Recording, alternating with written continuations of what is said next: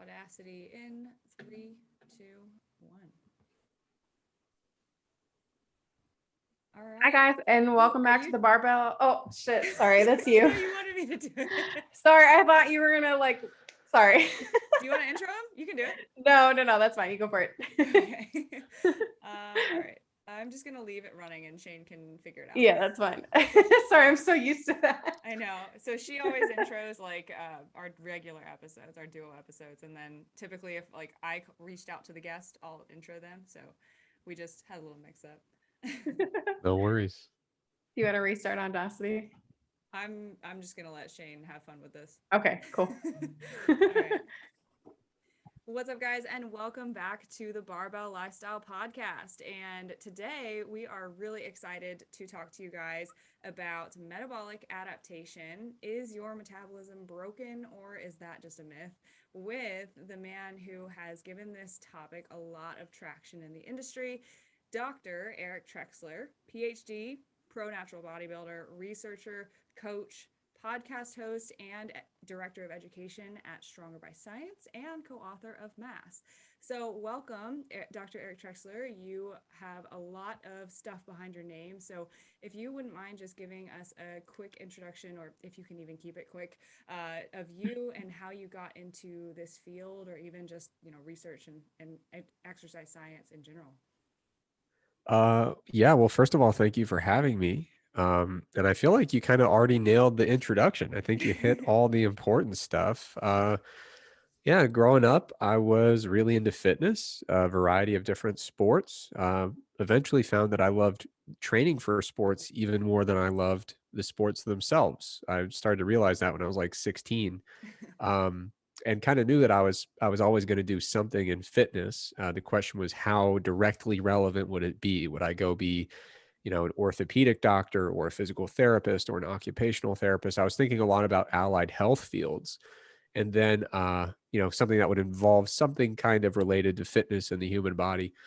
And then I got involved in undergraduate research when I was like probably 20.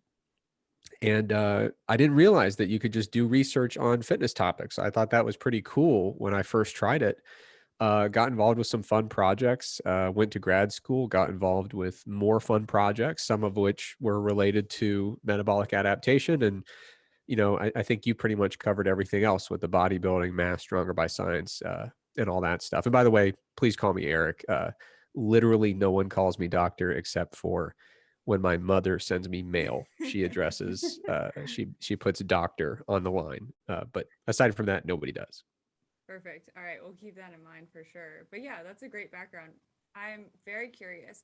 Did any of your first grad school research have anything to do with this topic, or like was it completely random or completely like something different? So as an undergrad student, I had no autonomy. It's just like, hey, what are people doing in the lab? You can help out with what was going on. And I shouldn't have had any autonomy. I didn't have any good ideas. So it was good to, I think a lot of people want to dive in and say, okay, I want to run this exact study, but it's good to get some experience and learn from other projects before you're trying to take the steering wheel.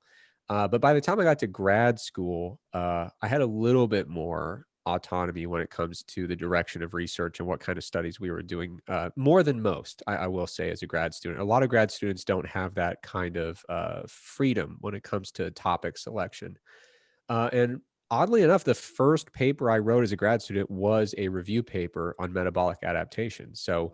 it was looking at the evidence available. And at the time, there wasn't really a ton that was super relevant to athletic populations. And everything kind of built from there. And we were able to do some studies of our own. We were actually going in and doing experiments and collecting data um, on some populations of interest. So we got to do some studies in bodybuilders and physique athletes and things like that. So surprisingly early in my career, I wrote a paper on metabolic adaptation, and then I kind of got typecast. And then everyone said, "Oh, you're the metabolic adaptation guy." Uh, and it was just because it was the first thing I really did. But yeah, I mean, it's a topic that it was the first thing I did because it was very important to me. I thought it was very fascinating, and I was happy to continue doing research in that area and to continue talking about it. I think it's an important topic. It's relevant to a lot of people, And there are a lot of misconceptions, and those are usually the best topics to discuss frequently. Had you already started bodybuilding when you were in grad school? Oh yeah, absolutely. So that's an important bit of context. So I did two bodybuilding competitions within a month of starting grad school. So when my advisor said anything that you'd like to write about, I was like, yeah, why is dieting so terrible? Because I looked like I was dying. I felt like I was dying, being hyperbolic. But I mean, I'd gone through a really rough prep leading into grad school. And so it coincided with an opportunity to dig deep more academically into the topic after kind of experiencing it anecdotally. Yeah. Yeah, very cool. And I know I've listened to a couple other podcasts that you've done, and one of the things that you talk about is, and we've had a couple other actually a lot of researchers on, and they talk about how it's really difficult to do studies specifically on bodybuilders because it's so tough. I mean, for a lot of different reasons, but a lot of it is funding. Oh yeah. Funding is for that type of research is very hard to come by. Um, and I understand why. Uh, you know, supplement research, there are supplement companies that want that research done because then they can make science-based marketing claims. There's nothing wrong about, people talk about that like it's shady. I like that supplement companies want their products tested. But there's funding there. And then when it comes to really important public health issues, there's a kind of a society level interest in solving these problems and creating better treatments. But bodybuilding falls into that area where it's very difficult for one group to commercialize it and say, we want to fund this specific thing. So yeah, it's really hard to come across any pots of money where you can say, oh, I'm going to do bodybuilding research. So the money is one thing, but also the logistics. That was a surprising challenge we ran into because what we wanted to do for one of our studies was look at the post competition window. But, if you're involved with physique athletes, you know that some people do one show a season, some people do a few shows a season. Some people compete every spring, every fall. They're just kind of constantly competing. So the question is, well, how do you get a glimpse at an actual off season? We're kind of interested in when people are really hanging it up for a few months or for a year or more and saying, I'm done competing. We wanted to watch that weight gain process that tends to occur. So we had to find people that were finishing their season and taking an extended off season at the same show because we had to fly in to do the measurements. So money aside, the logistics, it was a really challenging area of research to work in. And yeah, I mean, the fact that we had to fly in to do the data collection, it's like I was in Chapel Hill. It's not the mecca of bodybuilding exactly. I couldn't find any bodybuilders in Chapel Hill. I could find a few, but not many. So we had to go into Tampa, which is like, you know, a bodybuilding town for whatever reason. But yeah, very, very challenging line of research to work in. Yeah, and not only that, Super interesting though. yeah, Yeah, for sure. not only that, but like the logistics of having, everyone has a different protocol. So like there's not that many controls. So it really is observational research and then all these caveats included on top of that. Yeah. And I mean, even just thinking about things, if you want to catch people at their most depleted for a baseline measurement, some people that's going to be the Monday before the show. Some people it's going to be the Friday or the Thursday before the show if they're doing carb, front loading or back loading. And then a funny thing that, man, I actually really felt bad about this. We did our measurements. We're thinking nobody wants anything too invasive. We have to have something that's portable. So that kind of guided all of our measurement selection for one of the studies I have in mind. So we did body composition via ultrasound. I totally didn't even think, we were trying to schedule people whenever we could get them, within the parameters of our study design. So we were our hands were tied there. And I didn't even think some people already had their base coat of tan on. And And if you ever need to get your tanning product off as a physique athlete, just get some ultrasound gel. I've never seen tanning product come off of a body like that.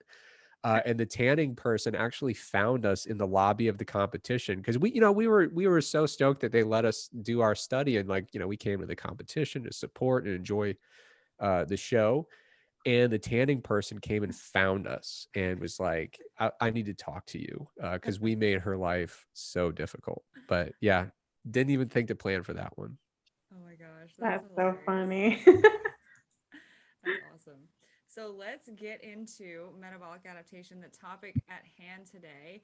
And I think the best way to introduce this topic is kind of just with the marketing that we see around it and the you broke your metabolism by dieting too hard or for too long. And now there's all these coaches and gurus out there who can fix it. And so we have the problem of metabolic adaptation, sometimes coined as metabolic damage by some people to try to use that scare factor. And today we're going to, bust the myth and break some beliefs about whether or not that is real, what actually happens, and to what degree does that actually happen? Because I think that's one of the most interesting parts. Yeah. Yeah, absolutely. Do you want me to just dive into a summary of it?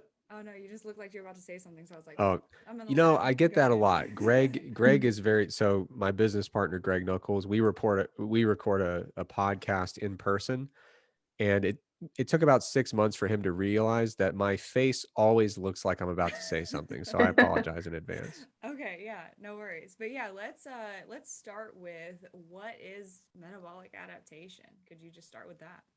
Yeah, so metabolic adaptation, I guess, is kind of most easily described at the surface level as an anecdote. So you're in your off season or just your kind of normal day-to-day maintenance phase of your training.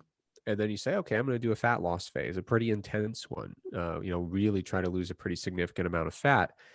And you might get to a point late in that process when you're pretty lean and you've been doing it for a while and your daily calorie intake is pretty low. And you're like, I knew my calories would get low, but these seem really low. That's usually when people start getting on Google and searching around and being like, I expected calorie reduction, but I didn't expect this. And so, like, for context, it's not atypical for me when I'm competing, getting close to a show, to have days where I'm around 1,500 calories a day, sometimes even maybe a little bit lower for brief periods of time. Uh, and so that is kind of the presentation, the clinical presentation of metabolic adaptation.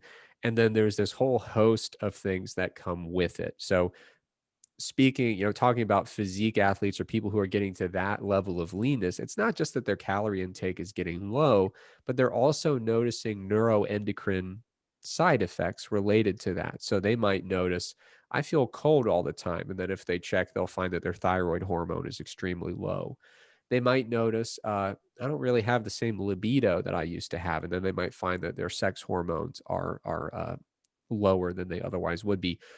Female competitors might find that they no longer have a typical menstrual cycle for them, and then they will find endocrine evidence to kind of back that up if they go get tested. So we see this kind of cluster of things that tells us, hey, something's going on here metabolically. I'm eating very few calories, but not losing weight as quickly as I would expect based on the calorie number. And I've got these neuroendocrine things going on alongside that. And so if we want to really get past the surface level and trace it back to the root cause, it really all comes down to the hypothalamus. Okay. So the hypothalamus is a part of the brain with a lot of different roles. I mean, it has so many critical roles in human physiology, and I mean physiology in general, not just for humans, but uh, temperature regulation, for example, is certainly controlled by the hypothalamus. But when we focus on the hypothalamus in the fitness world, one of the reasons we focus on it is because it does a lot of work when it comes to integrating information about energy status. So when energy status is low, uh, usually in the form of low body fat stores and a large caloric deficit, those signals ultimately are relayed back to the brain. And leptin is one of the most critical signals associated with that. So leptin goes to the hypothalamus. It might be really high, it might be really low. And that's a great way for the body to get an idea of what our general energy stores are like. It's kind of like looking at the little gas meter in your car and saying, okay, how are we doing here? And so when we are in this state where body fat is really low, we're in a big caloric deficit, some combination of those things, leptin tends to get very low. The hypothalamus senses that, and the hypothalamus controls a lot of different things related to our energy expenditure. And it's kind of like the hypothalamus decides, like, when your phone goes onto like the energy saver mode when your battery gets low, and it's like, well, let's not refresh all those background apps all the time. And, let's get really thoughtful about how we're using our energy supply. So when the hypothalamus gets this message of low energy status or low energy availability, we start getting really conservative about exactly where we're spending energy. And some of the hormonal effects that we see are kind of related to that. So we kind of use some dimmer switches and we say, let's kind of tone down just like general heat production a little bit. Let's tone down, um, uh, anything related to libido and sex and all those things. Let's tone that down.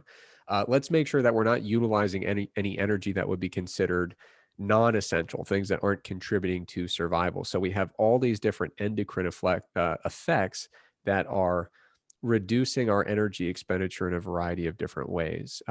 And so one of the things I found so fascinating is, even looking at mitochondria themselves, like what we will see that mitochondria all the way down at this microscopic level become more efficient with the way they use energy.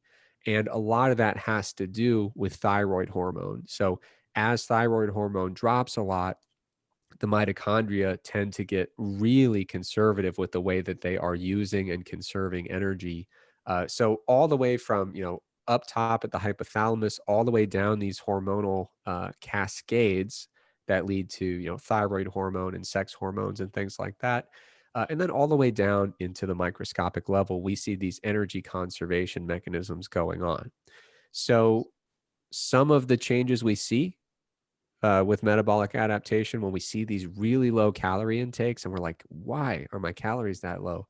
Some of that is adaptive in nature. That's where the hypothalamus comes in and it starts kind of tweaking those dimmer switches. Some of it's not adaptive in nature. Some of that is just like, hey, you weigh less than you used to. You don't need as many calories to just get throughout the day. So there's adaptive and non-adaptive components, but that is metabolic adaptation in a nutshell. We've got these endocrine side effects that are a little bit unpleasant. We feel cold. We feel generally, sometimes our sleep will get impacted in a negative way. Low libido, menstrual disturbance. There's kind of this whole ripple effect where the hypothalamus kind of creates this cascade of outcomes that are generally unfavorable and are generally unpleasant, which is why it's such a commonly discussed topic. Yeah, that's a great summary.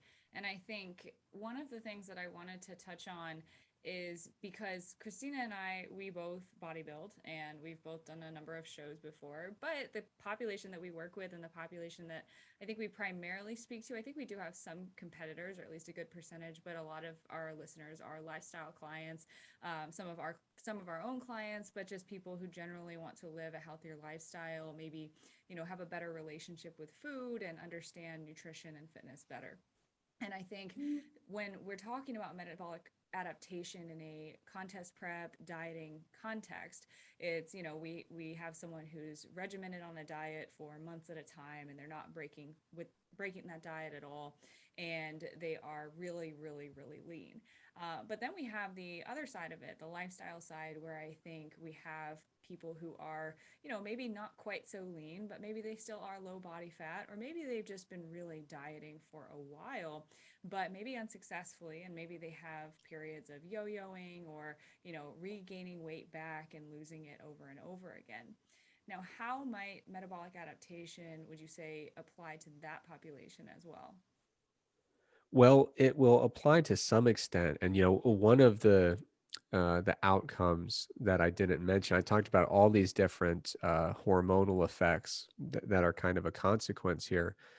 Another class of hormones that tends to get impacted with metabolic adaptation is the hungers that give us information, the hormones that give us information about hunger and satiety.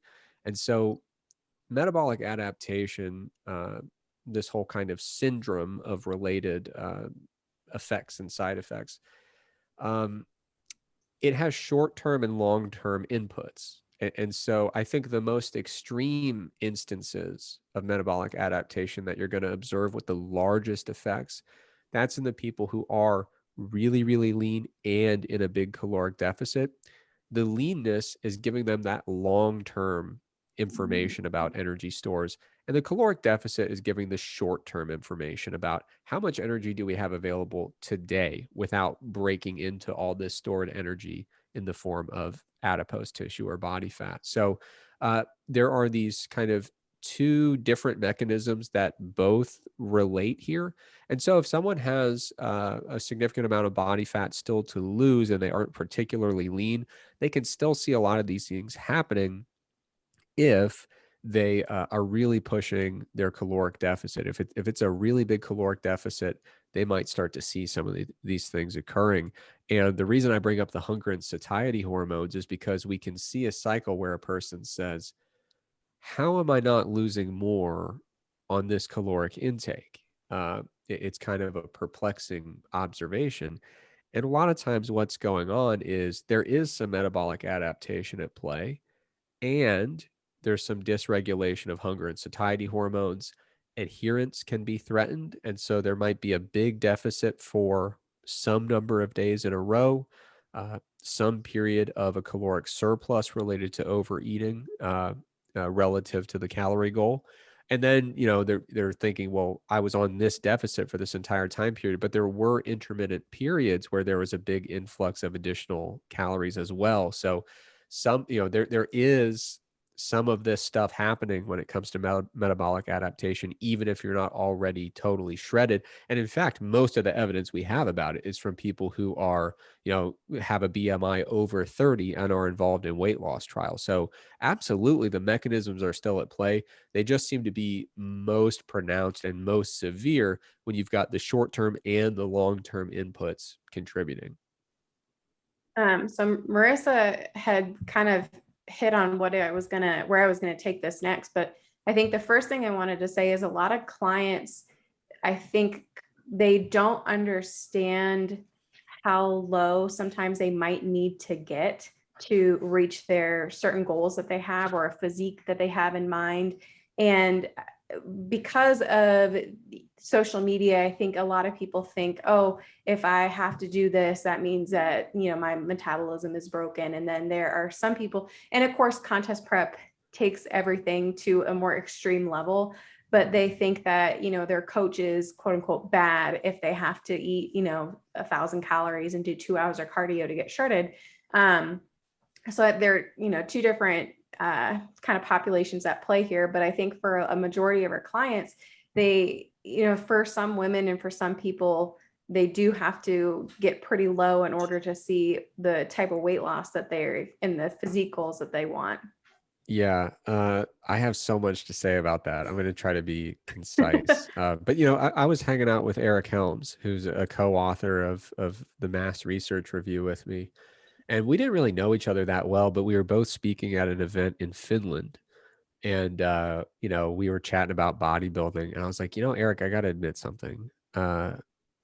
I didn't really take that next step as a bodybuilder until I started adopting some foolishly low caloric intakes late in my prep. And he said, you know what?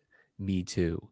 And so it was one of those things where as a coach and as someone, I was literally invited out there to speak about physiological aspects of bodybuilding. And even I was lacking that confidence. I was like, is it normal and okay to be this low for me, or am I just way worse at this than everybody else from a planning like what strategy am I missing? But the more I talk to people who do well on stage, it's a pretty common observation that, yeah, sometimes calories do have to get pretty low. And some of that is because your body size goes down a lot. Your organ mass probably goes down a lot. Organs are very active tissues per kilogram of mass. And part of it is the fact that if you think, okay, well, maybe my total daily energy expenditure is going to go down to only, it might go down by 25% or more. And then you're thinking, well, if I'm in an active fat loss phase, I might need to be, inducing a deficit of an additional 250, 500, 750,000 calories, depending on the rate of weight loss I'm trying to achieve. And so you can start to see how you put your total daily energy expenditure, you shrink that, and then you cut away for the deficit. These numbers get really low. And one of the other things that I think is worth noting is I saw that there's that big paper a couple weeks ago by Ponster and colleagues looking at total daily energy expenditure in a huge population. It was like, or a huge sample. It was like 6,000 participants, I think, ranging from infants to people in their 90s. And it looked at total daily energy expenditure measured via doubly labeled water, very, very thorough analysis. And there were some people in the sample whose, their total daily energy expenditure as, adults was, 1,200, 1,300 calories a day. So if you're trying to lose weight and that's your total daily energy expenditure, your calorie intake is going to be pretty low to induce any measurable degree of fat loss that you can see on a week to week basis. So I do think it's unfortunate that people paint with too broad a brush and they say if you're eating less than X number of calories, whatever it happens to be that month on Instagram, there's always like a number that's floating around. But they'll say if you're under this, that is absolutely insane, never defensible. Your coach should be in jail for telling you to eat that. Like there's a lot of overreaction there, but you know, uh, an unfortunate reality is that this is gonna, I hope this doesn't come off the wrong way. To achieve extreme physiques, sometimes we do have to have relatively extreme strategies in specifically caloric intakes. And I don't want it to seem that I am saying, hey, you got to want it. And, the more extreme, the better. You got to do that. Like it's not trying to frame those extreme intakes as a positive thing we should aim for, but rather an unfortunate reality for some people who are on the lower end of that of that spectrum of total daily energy expenditure. So unfortunately, sometimes digging really deep into a deficit requires some intakes that are low. If we can do a successful diet and achieve our physique goals without getting to those extreme intakes, that's always the best case scenario, but it's not always an option, which can be frustrating.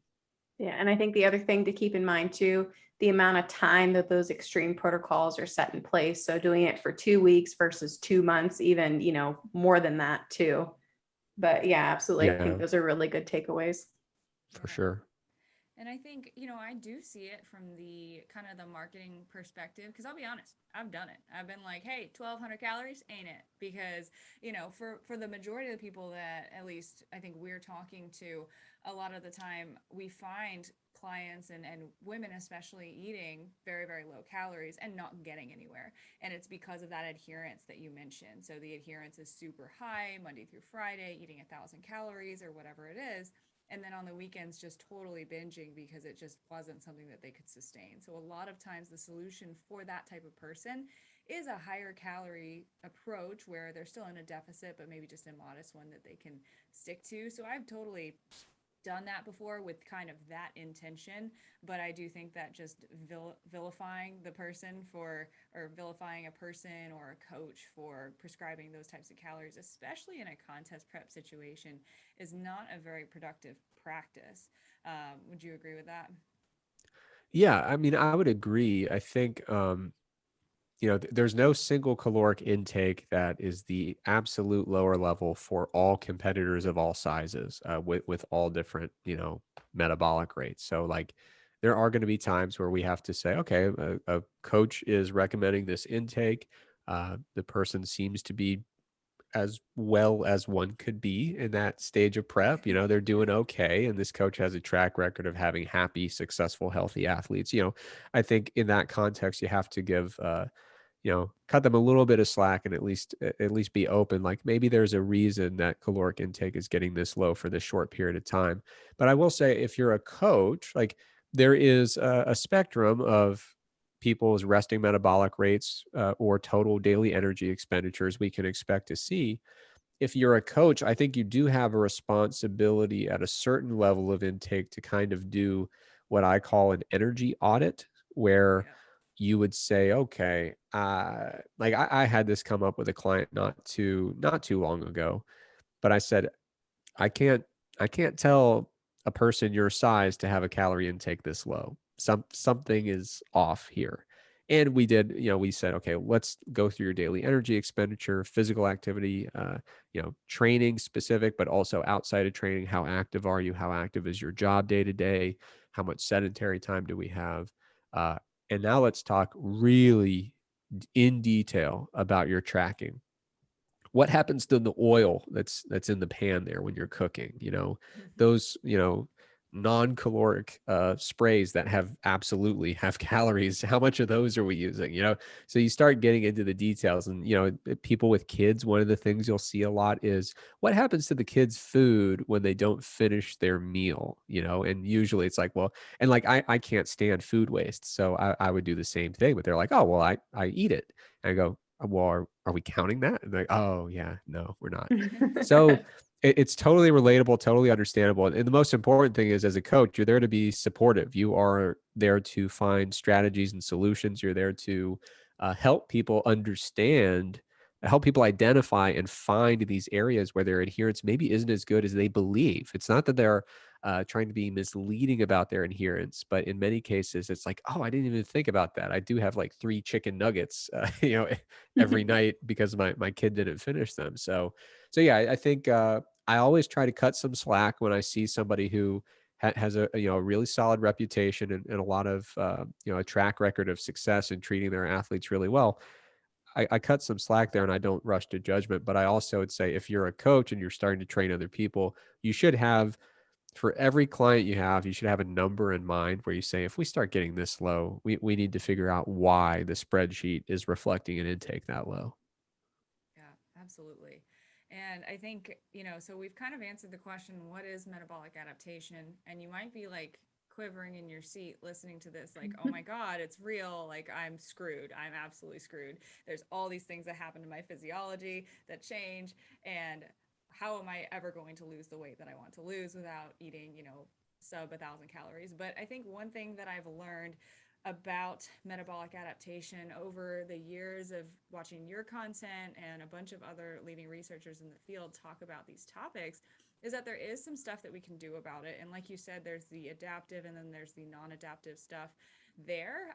And you also mentioned the long term and the short term. So the short term is the energy availability we have now, and the long term is how low is our body fat and what are those adaptations with our body fat percentage being that low. And so, probably for a lot of the people that are listening to this, they're probably not 5% body fat. Like, I would hope that 90% of our audience isn't at 5% body fat. So, there's probably some stuff that we can do about our energy expenditure to mitigate the amount of metabolic adaptation that is hindering our weight loss. So, I want to get into and have you describe the different components of our energy expenditure and walking our audience through which of those things we can control versus the ones that we might not be able to control. Yeah. So, we've got our resting or our basal metabolic rate. Sometimes people get really bent out of shape if you use those synonymously, but it's really just a minor detail of how they're assessed. So I use them synonymously. But, resting basal metabolic rate, this is just like, you think about if you measured the amount of energy you spend, if you just woke up one day and said, I'm not getting out of bed today. Like, I'll lay here and I'll be awake, but I am not getting out of bed. I'm not eating. I'm not moving. That's pretty much your resting or basal energy expenditure. Not much we can do about that. That's usually going to be mostly an indication of just how much fat-free mass we have, with just a little bit of genetics kind of sprinkled in there. Some people just do have a little bit higher resting or basal metabolic rate. We've got the thermic effect of feeding, which not much we can do about that. That is basically the energy. When we consume food, the process of literally consuming it and then digesting it and absorbing it and metabolizing those nutrients, some of those processes do cost energy. Now, the thermic effect of feeding, changes a little bit if we drastically change our macronutrient distribution, our macronutrient breakdown, but we shouldn't be changing our macronutrient breakdown just to try to make a small impact on thermic effective feeding. For all intents and purposes, it's not meaningfully modifiable, and it will tend to go down if we have a really successful weight loss phase because we're eating less food, presumably, as that process goes on. Same thing, resting metabolic rate will tend to go down, not even necessarily as an adaptive thing, but just because we weigh less. There's less metabolically active tissue consuming energy at rest. Uh, what's interesting about the resting component is there actually is an adaptive drop when you're actively in a caloric deficit. So if you're dieting pretty hard, resting metabolic rate will tend to be lower.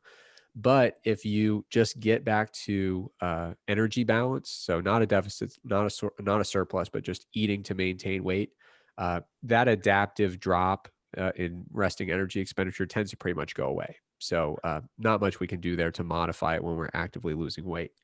Then there's exercise activity thermogenesis. That's just the energy we're expending when we are doing structured, intentional exercise. Lifting in the gym, going for a run, a bike ride, rowing, whatever the case may be. Uh, there's some evidence to say that will drop a little bit from an adaptive perspective. Not much we can do about that, but that probably will drop just a little bit. And then the biggest one is non-exercise activity thermogenesis, or NEAT. And NEAT is the biggest one we can modify. It's also conveniently the biggest one that's impacted during metabolic adaptation. So, like I said, during a weight loss effort that involves some pretty substantial weight loss, we might find that, total daily energy expenditure might drop, I don't know, 25% or so. Obviously, that's a rough estimate that depends on a lot of different factors. About half of that will not be adaptive. It's just, the things we've already talked about, but about half of that will be adaptive in nature. And of that adaptive component, probably 80-90% is going to be due to reductions in non-exercise activity thermogenesis. And this is things like fidgeting, involuntary movement throughout the day, postural energy expenditure, just the energy that goes into maintaining posture, and little things around the house, vacuuming, sweeping, taking the trash out. Those all are physical activity that doesn't fall under the umbrella of structured intentional exercise. So that is the component that is absolutely under a great deal of influence from the hypothalamus. When leptin gets low and the hypothalamus is getting that low energy signal, we do see that non-exercise activity drops off quite a bit, which is a really fascinating. One of my favorite examples of that was there was a study called the Biosphere experiment, where it was basically the plot of that movie called Biodome with Pauly Shore. If you don't know what I'm talking about, literally no one does, because no one saw it. I think it had a single-digit rating on Rotten Tomatoes, maybe. It was terrible. But they go into this dome, and it's supposed to be like a self-sustaining environment where they plant all their own food and they grow it and they eat it, and it's all good. It's kind of like creating a little environment so that we could go to Mars and live there. But basically, they were trying to do that, and they couldn't grow enough food. They didn't do very well. So it basically became a weight loss study, and their energy expenditure went down quite a bit. But it was one of those things where just those things that aren't even structured exercise, not resting, but just day-to-day activity, moving around, going about your kind of mundane daily tasks, those will change quite a lot in a way that can impact energy expenditure. So when I was in grad school competing in bodybuilding, if my head was just like laying on my desk, I was like, oh, Eric is not spending energy on posture anymore. He's just kind of sprawled out on his desk, which I was there quite a few times. But those are the different kind of components of total daily energy expenditure. And like I said, non-exercise activity is the most modifiable by far. And one of the easiest things we could do there is simply to avoid excessive sedentary time and set some little goals and benchmarks throughout the day. So if you're listening to this and you're working with clients, you have to know your client and say, what is going to be a way that we can approach this that is least annoying, least bothersome, least cumbersome. We don't want it to be psychologically really frustrating. We don't want it to be something that's a huge burden that follows them around all day. So some people do a great job with step counts. That's fine. Other people's want something that's a little bit less, like they don't want to look at their watch every day and be like, oh man, I'm so behind. It that could be a stressful thing. And so in some cases we'll say, okay, let's forget the step count. Let's just say every 2 hours, get up, walk for 10 minutes if you have a type of job that allows for that. So there's a lot of different ways that we can modify non-exercise activity thermogenesis, and finding the right strategy really comes down to the personality type of the individual. If somebody is really prone to get stressed out by number tracking, step count might not be the way to go. You might say, let's just try to break up our sedentary time throughout the day and work that way. Yeah. I think I read something somewhere that you actually blink less when you're dieting. I would believe that. I've never seen that, but it is crazy. Like I said, even just the postural stuff, I think I find to be really interesting because, yeah, our hypothalamus knows better than we do. And it's like, why don't you relax a little bit, ease up with the muscle tone there. Yeah, and I mean, a lot of people will, and especially competitors, but they talk about how people towards the end of prep kind of almost lose their personality because they're not as animated when they speak. Maybe their voice doesn't have the influx that it usually does. And like you said, it's like, you're sitting on the couch and you can't find your remote. And you're like, well, I guess I'm stuck in this watching this show because I'm not going to get up and try to find it or change the channel. I'm just going to sit here because I don't want to Yeah. move. Yeah, I used to use that as an example. And, if you're late in prep and you've just got your head kind of laying down on the side of your desk and someone says, Eric, the room's on fire, your first response is, I mean, how bad of a fire are we talking? It's not to get out of the room. You're like, okay, well, let's not overreact here because I don't want to necessarily stand up. But yeah, it's really interesting to see how people will constrain energy expenditure in other areas. I've actually heard anecdotes of people who demonstrate like typical, almost like foraging behaviors. I've heard of people who just like kind of like to walk around the grocery store, even though it's an expensive energy expenditure. It's and that's certainly not a good place to be psychologically when you're dieting. But I have heard of some extremes when it comes to what kinds of physical activities are reduced and what kinds are increased. But it's a strange state, and that's one of the reasons that like I'm not. I think bodybuilding's great. I've done it a lot. I think it's a really positive thing for a lot of people. But you always have to watch that line where is bodybuilding something that's being bringing positivity into my life? Is this a fulfilling endeavor, or is this potentially having a negative impact on my well-being, my psychological health, and things like that? And bodybuilding itself is not inherently good or bad. It's really just what role it's playing in your life at that time. And there have been people who start out with a great relationship with the sport of bodybuilding and it takes a turn and becomes a little bit counterproductive. And there are people who turn that back around as well, who, for a while, bodybuilding psychologically was not a good fit for them. But, over time, they find their way back into the sport in a much more fulfilling and healthy way. Yeah, that's awesome. And I want to give a personal anecdote for this NEAT stuff. And I think I've given this anecdote on our actual episode on NEAT as well. But like, I just think it's so powerful, especially for the people who might be coming to us, maybe from your audience. So in my contest prep in 2018, that was the last one that I did. I had such a hard time losing weight and I couldn't figure out why. And it's because I didn't know about any of this. I hadn't really dove into the evidence-based fitness community at that point to the degree that I have now. And I didn't know about NEAT. I didn't even know what a step count was because Apple Watches just weren't as popular or I just wasn't aware of it. It was probably the latter. But I had such a hard time losing weight. And here's what happened.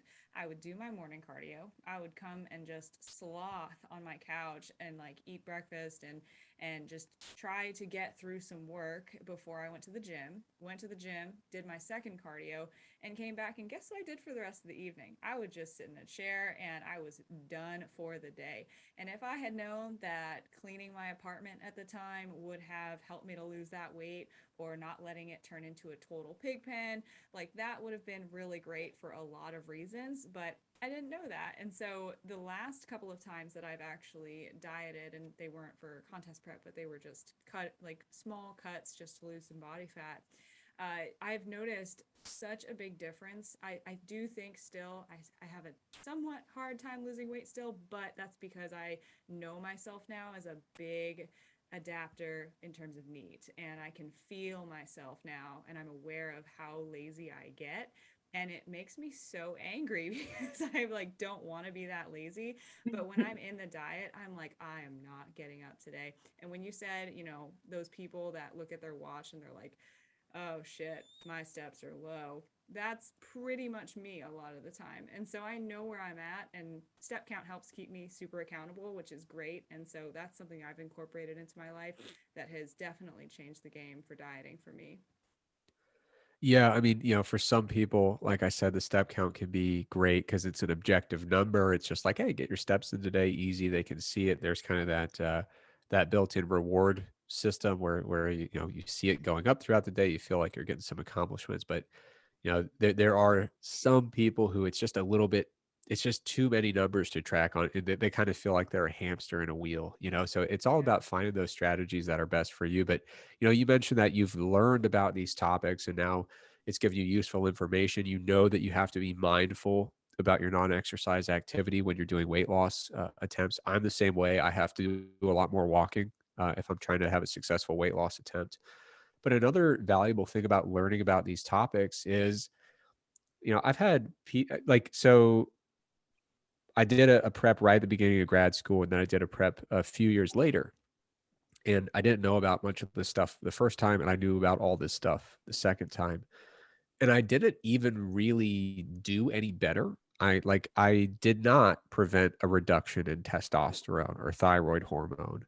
I may have kind of prevented a reduction in NEAT, but only because I intentionally went out and did non-exercise activity. So uh, it's not that I did anything that was substantially better. It's just that I knew what to expect. And so it was so much more pleasant in terms of the subjective experience. It wasn't as jarring. It wasn't as frightening when you're like, oh, hey, I clearly have several different hormones that are, dysregulated.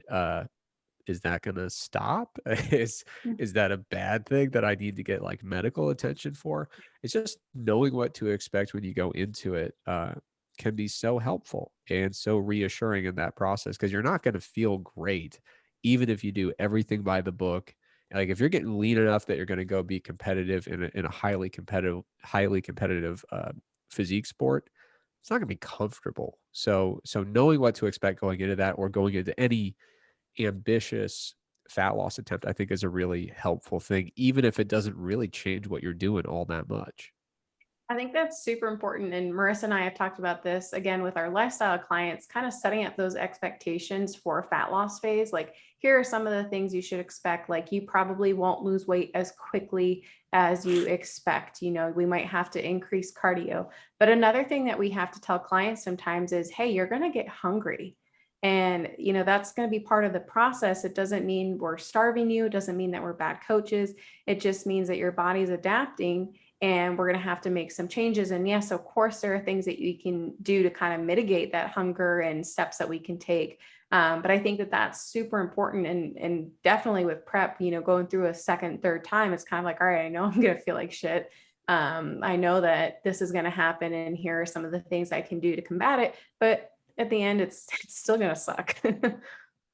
Yeah, I've been really encouraged, being in this area for a while. I'm seeing more and more coaches who approach hunger differently, a little bit more like you're describing.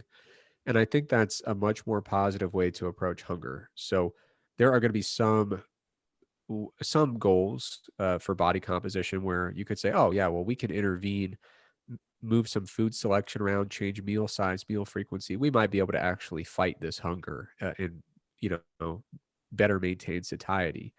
But for any goal where there's going to be a lot of goals where hunger is an inevitable part of the process if we succeed. So it's actually more a marker of success than failure. But there's such a negative emotional connection to hunger that it really freaks people out. I mean, people they start to become hungry and they're like, oh, this is terrible. It takes up so much of their mental energy and it puts them in such a bad psychological state. And they think, what are we doing wrong? Something isn't working here. How are we going to fix this problem? And I say, what problem? Like I don't say it that way because I try to be more understanding and accommodating, but say like, let's reframe the way that we look at hunger, because this is a little bit of biofeedback that we could use. This is telling us, okay, we're at an energy deficit. We don't have a ton of food coming in every day. We don't have an abundance of dietary energy, but that was part of the plan from the start, with an ambitious weight loss goal. So I try to reframe hunger in a way and say, well, we could do some things to mitigate that, and that's fine. We can approach that, but let's not give hunger uh, more power over us than it deserves. Let's not let this be something that dictates our day-to-day mood state and brings us a lot of negativity, because to some extent we have to try to psychologically uncouple hunger from the stress and the negative emotions that come with hunger. We're kind of naturally inclined to really freak out a little bit when we have hunger. It's like, oh, it's a survival mechanism. We should be a little bit worried when we're unable to get food in from a evolutionary perspective, but we know better than that. We kind of logic our way through it and say, we know we're not going to starve to death. We know we have enough calories to be healthy and enough nutrients to be healthy. So let's objectively look at that hunger and see if we can uh, reduce the amount of power it has over us. So I've been seeing a lot of people talk about hunger that way, and I think it's a good way to do it. Oh, I yeah. love the idea of reframing, and Marissa and I have talked about this again in our bodybuilding podcast or episode, but we talk a lot about how, like, yeah, prep is going to suck. You're going to feel hungry. You're going to feel tired. But if we focus on that and all we do is think about the negatives, then, you're not going to have a very positive experience with this, and neither are the people around you. So again, trying to reframe and thinking like, I'm doing this voluntarily. Like, no one is forcing me to do this. This is a choice. It's actually kind of, it's a huge privilege if you think about it. But also just kind of like, hey, just because I'm suffering doesn't mean everyone around me has to as well. So I think that that's really important. Yeah, absolutely. And I think one of the Yeah. things that I really like to talk about with clients when it comes to managing hunger is, like you said, not making hunger the enemy. But what I find is that a lot of times people tend to, if they don't think about it and they don't pause, they believe that when they feel hunger, they immediately must act on it. And it's almost like this unconscious reaction of like, if hunger, then eat. And if you really separate that and just insert like a little pause in there to actually think about what is going on, then we can step back and say, I can just sit with this for a little bit, and I can wait till my next meal time, or I can wait till I can have a snack. And I think one of the things that often derails us so much from our diet is kind of that instinctual, like, I must now act on this. And I've kind of just taught just pausing and analyzing, like, this is how I feel right now. It's not good. It's not bad. But it is just the state of my being. And then, allowing that to be. And so I kind of just coin that with my clients, at least, just sitting with your hunger. So I really love that we've kind of talked about this as well. And when it does come to managing hunger, I think there are a couple of strategies that are good practice to do, because we obviously can make dieting harder on ourselves by having a lot of, processed foods or high calorie density foods in our diet, and then trying to maintain a low calorie approach with that. So I think, one of the switches that you mentioned earlier, just having more lower density foods, and that will also result in an increase of the thermic effect of food. So double positive there, and you might be able to manage some hunger. But of course, there is that not just non-negotiable part of dieting, especially when it's extreme, that we really just can't get around.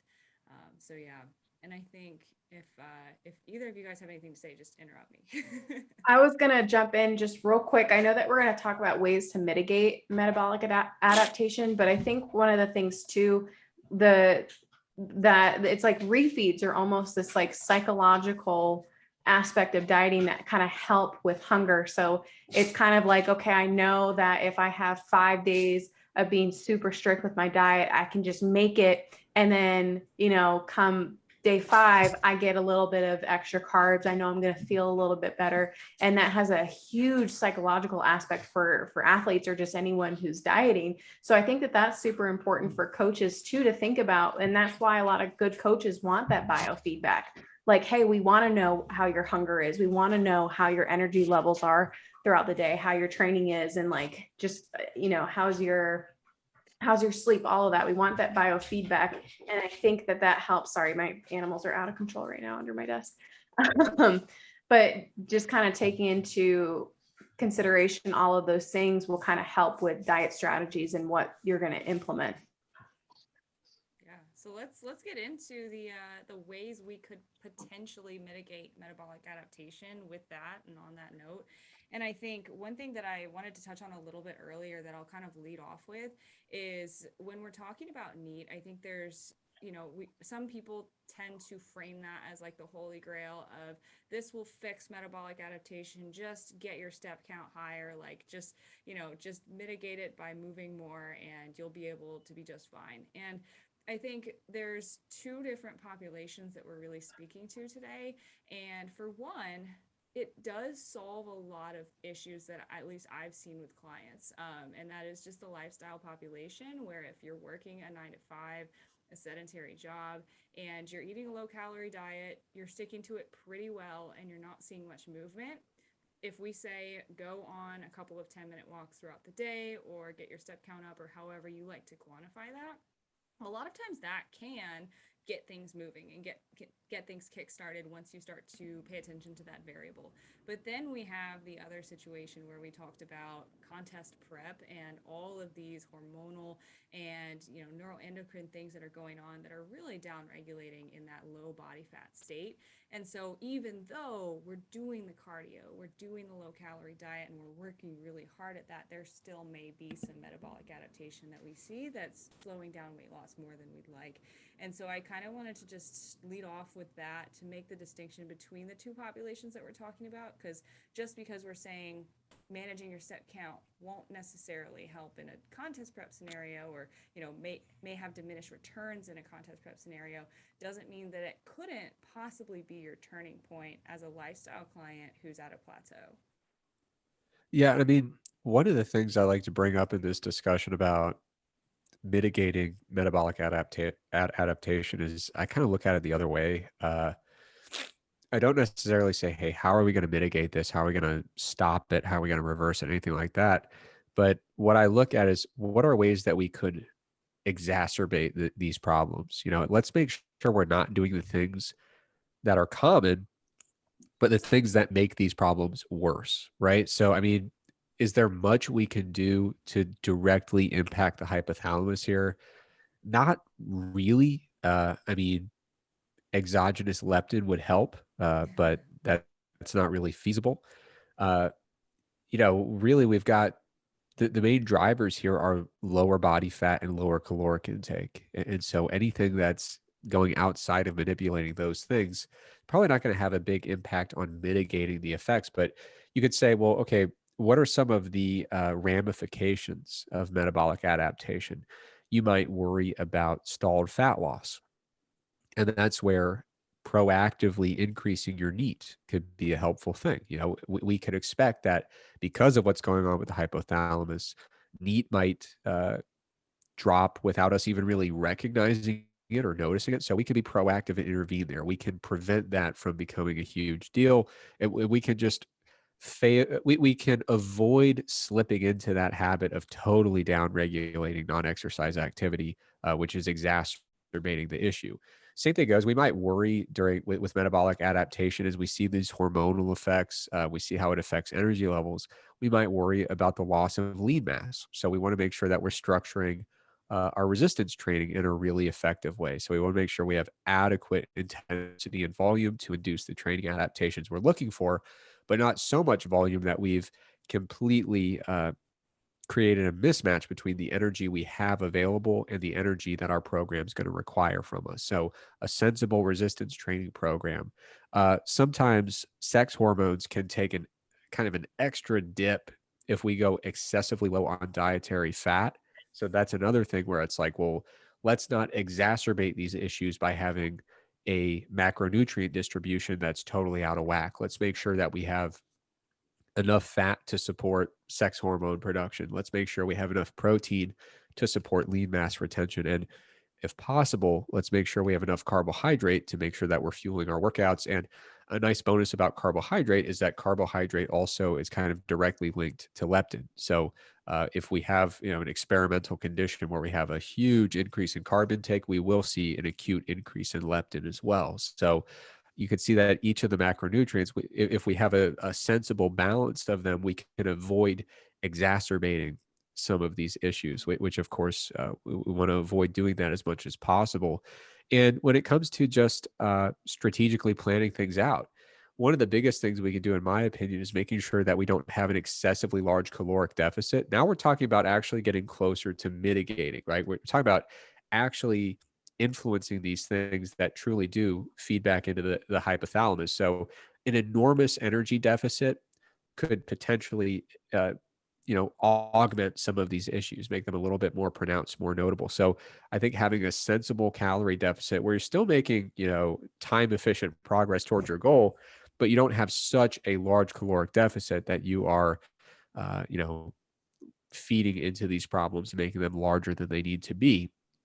So there's nothing we can do about the fact that fat stores are going down. That is the goal. So there's not much we can do about that. But when it comes to how big the deficit is, that is something that we can intervene on and actually manage that. The final thing that comes up a lot. Oh, I should mention, sometimes people get a little bit too, people lean a little bit too hard on cardio when they're doing a fat loss phase, and they can get into a situation where we see that pretty chronically. There's a lot of higher cortisol than there would otherwise be due to just this really excessive training volume. It's kind of one of the first markers of leaning toward overreaching or potentially even overtraining syndrome. I forget if that term is still in use, but it's a pretty classic hallmark of just a really excessive training volume relative to recovery capacity. So when that cortisol is high, the reason that might matter in this context is because cortisol and leptin have opposing effects on the hypothalamus. So if you have low leptin, you could actually make that even a little bit worse by having chronically really high cortisol. So managing the overall training load, especially with cardio, and managing psychogenic stress, just life stressors, can potentially be a helpful thing. So there are a few things we can do there. And then strategically, again, one of the things we want to avoid, not just for metabolic adaptation, but just for peace of mind and quality of life, we want to be really strategic about how long we're pushing. So if you ever run into somebody who is constantly eating super low calories, constantly maintaining a super low body fat, that's not a great place to be for metabolic reasons, in terms of just, promoting, good general metabolic health, and making sure that you're, in that chronically deprived state. It's just not a good place to be. It's not great for quality of life. And so I usually tell people this whole metabolic adaptation thing, even in the extreme cases, right? So like a physique athlete getting ready for a show, is it necessarily terrible to have, lower test for a few months every couple years, lower thyroid hormone for a few months every couple years? Maybe not, but I don't think it's necessarily where we want to spend the next 15 years of our life. This is a temporary state that is intended to be temporary. So you want to make sure that you're not having a huge caloric deficit, but also being mindful of how lean are we getting and how frequently and how long are we staying there. And you want to have some balance in terms of the overall approach there. So those are the main things that come to mind. And then, of course, one thing that's really frequently discussed is refeeds and diet breaks. Looking at refeeds, I'm just I used to have some kind of hope that maybe like a 2 or 3 day refeed might be enough to increase leptin for a long enough time to actually induce some kind of downstream physiological effects that all lead back to the hypothalamus. Uh, I'm kind of losing hope in that. I think refeeds can have other purposes when it comes to refilling glycogen, giving a little bit of dietary flexibility within the week. So I wouldn't say that there is no application for refeeds, but the idea that they are physiologically attenuating metabolic adaptations, as more research has come out, I've lost my enthusiasm about that particular potential strategy. Diet breaks, I think, are a little bit more plausible. They're a little bit more promising, but there's still a lot more research needed before we could say that they are meaningfully impacting things like leptin and metabolic rate in a way that's going to really tangibly impact fat loss success. What I would say based on the evidence is, there is hope for that. There is some potential for that, but I don't want to oversell that evidence. Some studies have shown more efficacious fat loss attempts there, better fat loss effects, maintenance of total daily energy expenditure when these, longer 2-week diet breaks are incorporated into the approach. But other studies have used pretty long diet breaks that are, a full week that haven't really done much physiologically. But the psychologic aspects are also promising with diet breaks. So a 1 or 2 week diet break periodically seems to help out a little bit when it comes to things like hunger and desire to eat. So it could be something that helps out with adherence potentially during a long fat loss attempt. The one thing to keep in mind there is you got to use those carefully. They have to be a targeted strategy based on the individual. So we've all worked with individuals who they're so enthusiastic about the goal that any roadblock, any speed bump that slows them down is going to frustrate and demotivate, right? So we want to make sure that if we've got somebody who's really enthusiastic and just really wants to get to that goal and doesn't want to slow down, for that individual, I actually wouldn't even bother with a diet break because I think the potential benefit is not enough to justify the potential downside of that demotivating factor of slowing someone down. So if I've got somebody in a groove, could they maybe get some small benefit from a diet break? Possibly, but we've got this role going. They're enthusiastic. They're motivated. Let's just leave it. So sometimes you have to be really judicious and really careful about how you implement those. But for a lot of clients, it can be a really refreshing thing to have a diet break of a week or two. And maybe it's doing something physiologically. You could have really good arguments about that in both directions.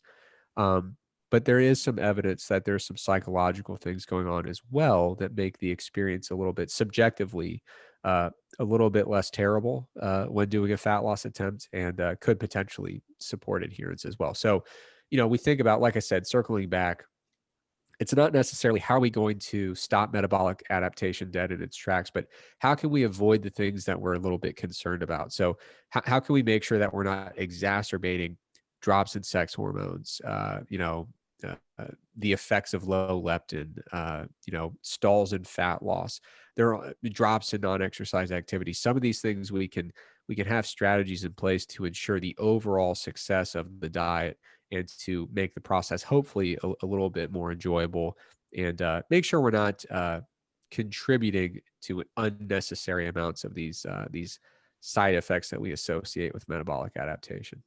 Yeah, that's very well said. And I think just one thing that I want to add on, because there were a lot of really great points in that.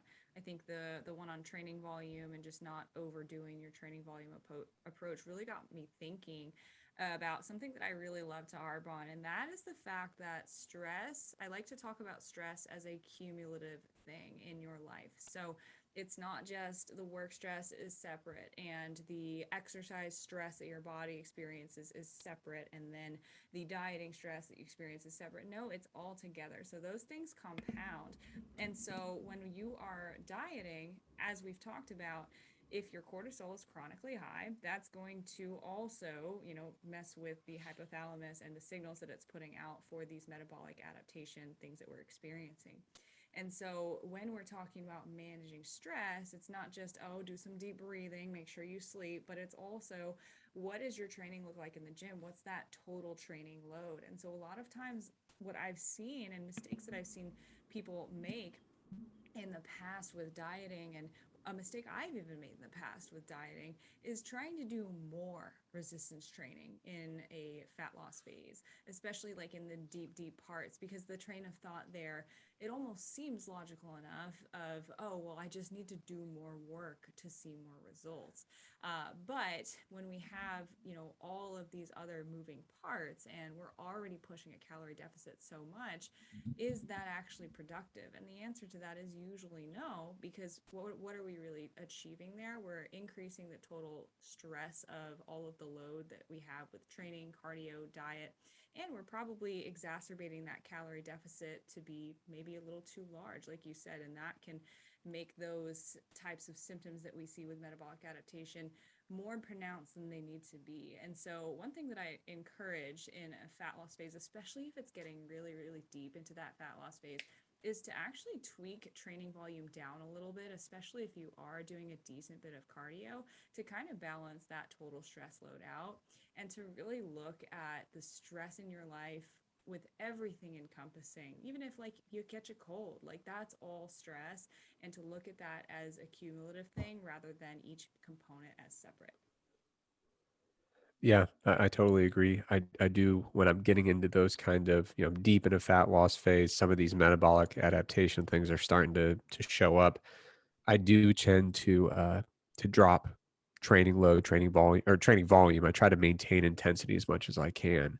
But training volume takes a little bit of a back seat to make sure that we are going in the gym and doing an appropriate amount of training for what we've got the energy for. Not trying to push things for more than what we've got in the tank.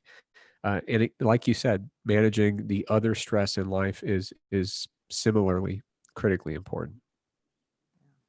Yeah, and I think just overall, all of those ways that we quote unquote mitigate metabolic adaptation. Touching on refeeds a little bit, that was actually something that I wanted to ask and make sure I didn't say something that just flew in the face of research. So it's good that you brought that up. When we have that acute that acute metabolic adaptation that's more regulated by our energy intake, the thought process and the logical argument will be, well, if we throw in a couple days of a refeed, then that acute metabolic adaptation should go away. And so what you're saying, and just to confirm that this is correct, that when we do use these refeeds, the effects that we're seeing might be more linked to maybe the non-exercise activity from the energy we gain from it, or psychologically the energy that we gain from refeeds versus actually closing that gap in, say, like metabolic rate. Yeah, I think the evidence is starting to tell us more and more that, you know, because you have to keep in mind we're kind of stealing calories from other days to add them to Yeah. these refeed days. What seems to be most critical for the fat loss throughout that process is the cumulative weekly energy deficit. Um, there doesn't seem to be a huge physiological advantage related to weight loss from, short-term refeeds. Doesn't seem to have a pronounced and sustained effect on resting metabolic rate or non-exercise activity. Uh, and Yeah, I think one of the things you have to think about is, so there are studies, by the way, if we do a really high carb refeed for, 1 or 2 or 3 days, there are studies saying, yeah, your energy expenditure goes up, but you also just ate a ton more calories, and it was a bad deal if the purpose is to lose fat. So physiologically, it doesn't look like there's a major fat loss advantage to be gained from these short-term refeeds. But like I said, there are some other benefits you might see. So, better training for a day or two after a refeed because you have more glycogen. Psychological benefits from having a little more dietary flexibility on certain days. And then non-exercise activity is interesting because it's partly volitional and partly non-volitional, right? So are you going to have a tangible, a meaningful increase in fidgeting or non-volitional activity because you had refeeds and that's going to be big enough to really alter your fat loss trajectory? Probably not. But, I can't discount that for some people. You do a refeed, it puts you in a great mood. You're a little bit more active throughout the day because you've got a little more pep in your step. I think that could be a believable thing, but I just certainly don't want to oversell the physiological side of refeeds for fat loss because it is I can tell you with great certainty that anecdotally, like, Eric Helms has had a lot of success with his physique athletes doing them. And potentially there are more benefits to be had when you start getting into that special population of really, really lean people who are in a big deficit. So one of the challenges is we're trying to, most of the refeed literature, we're looking at people who, the typical bodybuilder would say, you don't really need a refeed yet. A lot of people don't break out the refeeds until, it's like in case of emergency, break the glass and take a refeed, like late in prep.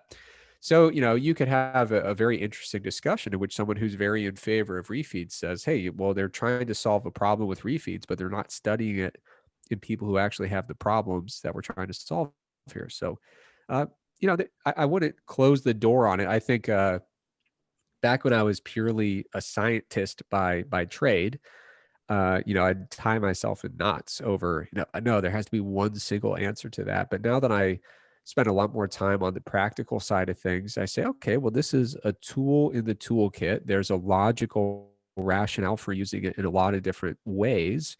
There is really minimal downside or minimal cost. So I think it's good to have some of these tools in the toolkit, so refeeds, diet breaks, things like that, where we say for the right client at the right time, this might make sense. And until we have more evidence in relevant populations, I think it's best to become comfortable with that interpretation, at least from my perspective.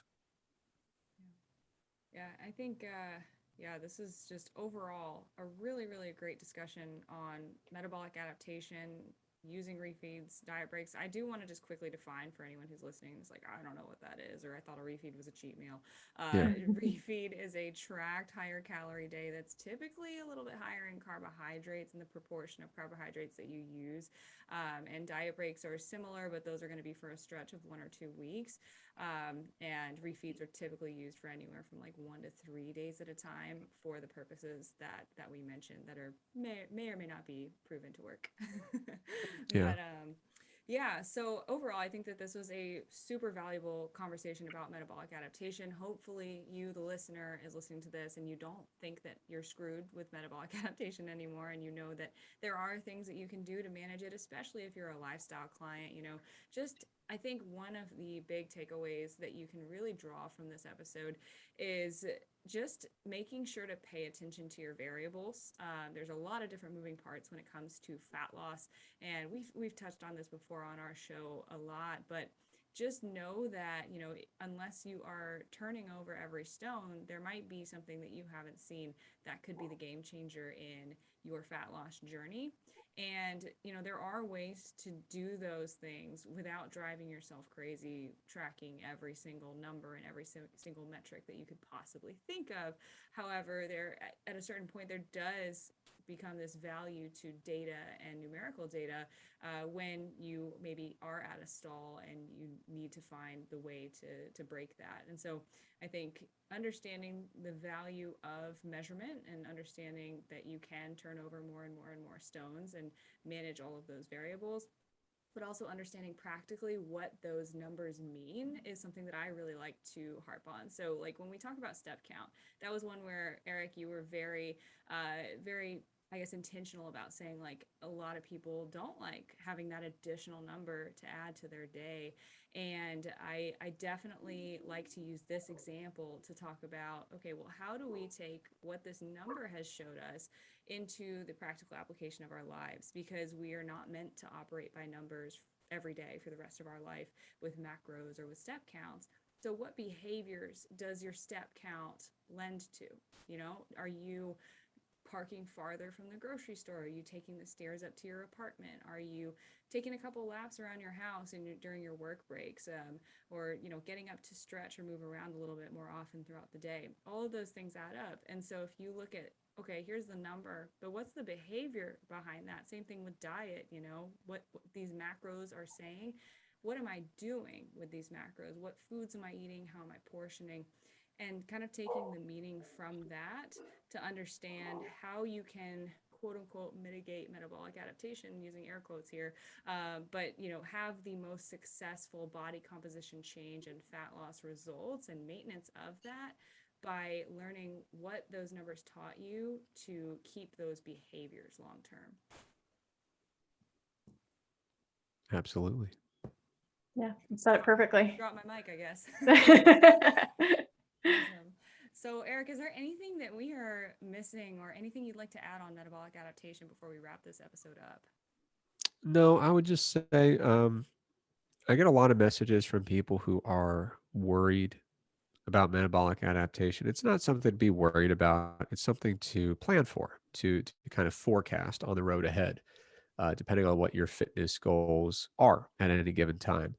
If you get to a point where you're concerned about metabolic adaptation, uh, I have written an article, strongerbyscience.com/metabolic dash adaptation.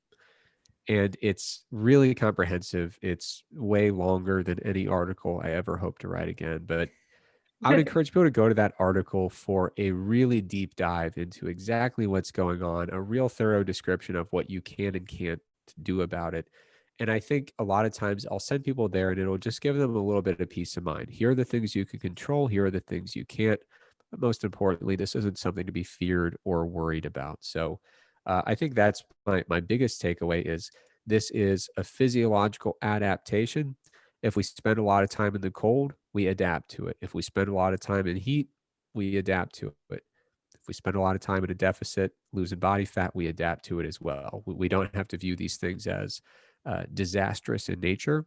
The body adapts to what we throw at it, and that applies to weight loss as well. Yeah, and I think before we close out the episode, I just wanted to say one thing that I think I forgot to touch on is with that, the body adapts to what you throw at it. The metabolism adapts upwards as well, and that's to varying degrees with different people. But just because your metabolism, has adapted downwards due to this dieting phase, that doesn't mean that you're not going to see it upregulate when you get calories back in your system. So that's where we start the conversation that could be another hour long about reverse dieting and We have an episode on that. we do and getting your calories back up, spending time at maintenance, and why that kind of stuff is so important. And I guess we'll just have to leave you guys at a cliffhanger with that, because we just don't want this to be a 2.5 hour long episode. Yeah, and Eric, just real briefly, would you recommend Gen Pop to get blood work, like routine blood work, if they're constantly dieting or if they're worried? Is that something that you would recommend, or is there something else? I mean, maybe this is in the article and I should just, again, cliffhanger, let them read it. Put it in the show notes, though. Yeah, it'll definitely be in the show notes. It's never bad to have more information. If I have a client who's ever, really, really concerned about it, I'll say, hey, to put your mind at ease, you can go get some blood work and see what it looks like. But for me, like, I don't do it anymore for this type of thing, just because I've been there and I've said like, oh, I clearly can tell I have low thyroid hormone, low testosterone. Like I can feel it. And then I went to the doctor. I said, hey, can you tell me exactly how low my thyroid hormone and testosterone are? And they say, oh, wow, very low, off the charts in a bad way. And you start to feel it and you say, okay, this is, I understand now. But if you're ever concerned, a visit to a medical professional is never a bad idea. If nothing else, it'll give you the peace of mind and help you confirm what you expected. So maybe just to have baseline numbers, but then would you recommend maybe if someone is feeling not so great when they are eating a decent amount, that maybe that would be an indication to go get some blood work drawn? Yeah, I would say, my threshold for getting blood work done is like, are you experiencing something that doesn't totally make sense? So like if you're dieting really hard and you're hungry and lethargic and your libido is down, yeah, I mean that's kind of the process at a certain point. But if you're still feeling that way and you've been in a caloric deficit and you've gained 7 or 8 pounds and you're eating, probably like a 200 or 300 calorie surplus and it's been months, at that point I'd say, hey, this is actually perplexing. This doesn't intuitively make a lot of sense to me. That would be a time where I might go and check it out. Yeah, definitely. Good to know. Christina, do you want to take the last question? Yeah. So, and I was like, are you going to get it? So Eric, we asked all of our guests at the end of each episode if you could give just one tip or one piece of advice for someone who's just looking to live an overall healthy and sustainable lifestyle, what would that be? It would be you got to learn to work with yourself instead of working against yourself. So recently, I've gotten really into secular Buddhism. I've been reading a ton of books by somebody named Karma Yeshi Rabge, who's a monk out in India.